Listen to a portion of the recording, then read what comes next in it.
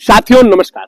साथियों, आज एक ऐसे व्यक्ति का जन्मदिन है जिसके नाम से, जिसके जन्मदिन के उपलक्ष्य में राष्ट्रीय युवा दिवस के रूप में हम लोग मनाते हैं।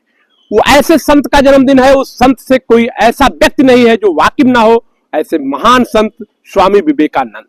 स्वामी विवेकानंद का जन्मदिन आज समूचा देश राष्ट्रीय युवा दिवस के रूप में मनाता है।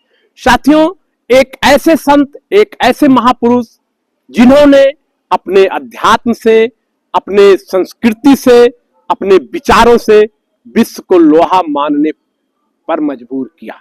साथियों, स्वामी विवेकानंद एक हिंदू संत थे, आध्यात्मिक नेता, वक्ता और समाज सुधारक थे। उनसे हम युवाओं को बहुत कुछ सीखने की जरूरत है। हम युवा उनसे सीखना चाहें तो हमारे जीवन में, हमारा जीवन निश्चित तौर पे एक अच्छे रास्ते पर जा सकता है अगर स्वामी विवेकानंद को हम पढ़ें तो।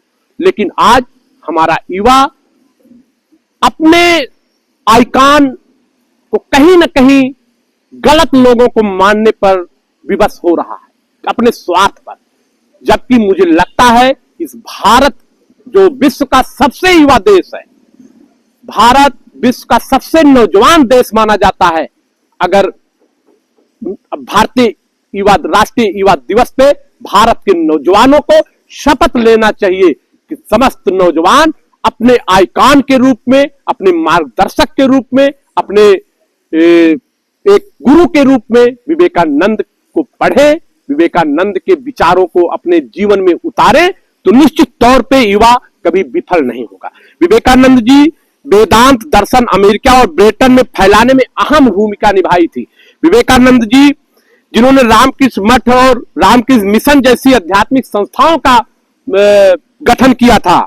विवेकानंद के बारे में कुछ चीजें मैं आपको बताना चाहूंगा। विवेकानंद जी ने कहा था, उठो, जागो और तब तक मत रुको जब तक अपने लक्ष्य की प्राप्ति न कर लो। लेकिन साथियों, आज हमारा युवा खुद नहीं चलना चाहता है। देश का युवा किसी के पीछे चलना चाहता है, किसी की चाटुकारिता में लीन होना चाहता है, किसी के बताए गए गलत रास्ते पे चलना चाहता है। युवा जब खुद को कमजोर समझने लगे, स्वामी विवेकानंद ने कहा था कि युवाओं के लिए वह सबसे बड़े पाप माना जाएगा जब युवा अपने आप को कमजोर समझने लगे। जब तक आप खुद पर विश्वास नहीं करते, तब तक आप भगवान पर विश्वास नहीं कर सकते। ऐसा स्वामी विवेकानंद जी ने कहा था। साथियों, और एक दो बातें हैं जो स्वामी विवेकानंद जी की हम आपको अपने जीवन में उतारनी चाहिए। जब सब खोने से ज्यादा बुरा उस उम्मीद को खो देना जिससे भरोसे हम सब कुछ वापस पा सकते हैं। ऐसे बहुत सारे उपदेश विवेकानंद के हैं।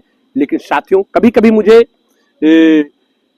एक भारत के युवाओं पे बड़ा तरस भी आता है। भारत के युवाओं पे दिशा को सोचकर, भारत के युवाओं के सोच को सोचकर एक बहुत बड़ा वर्ग जब किसी के बरगलाने पर आ जाता है, किसी दीवानी के सामने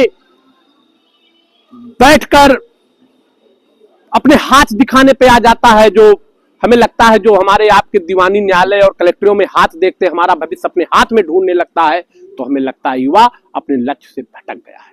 साथियों, एक और बहुत बड़ी बातें हैं। आपने देखा होगा, हम आलोचना न मारी जाए मेरी बात को, देश के प्रधानमंत्री जब कोरोना चल रहा था, हम युवाओं को एक उपदेश दिए कि ताली बजाइए, थाली बजाइए, लाइट बुझा के टार्च जलाइए। अरे यार, सबसे नौजवान देश हो तुम विश्व के, सबसे पढ़े लिखे युवा हो विश्व के, और तुम एक अनपढ़ नेता तो नहीं कहूंगा, एक बेफजूल की बातों में आकर के ताली बजा के कोरोना को भगा रहे हो, थाली बजा के कोरोना को भगा रहे हो, लाइट बुझा के टार्च जला के कोरोना को बजा रहे हो। अरे यार, ऐसा कहां लिखा है कि ताली थाली और लाइट बुझाने से कोरोना भगेगा? साथियों, मैं प्रधानमंत्री जी का एक भाषण सुन रहा था। प्रधानमंत्री जी IITN के एक अधिवेशन को संबोधित करते हुए उस भाषण को दे रहे थे, और प्रधानमंत्री जी कह रहे थे कि जब मैं बचपन में चाय बेचता था तो नाले की गैस से पाइप निकाल करके गैस चूल्हे में लगा करके चाय बनाता था, उसकी गैस से।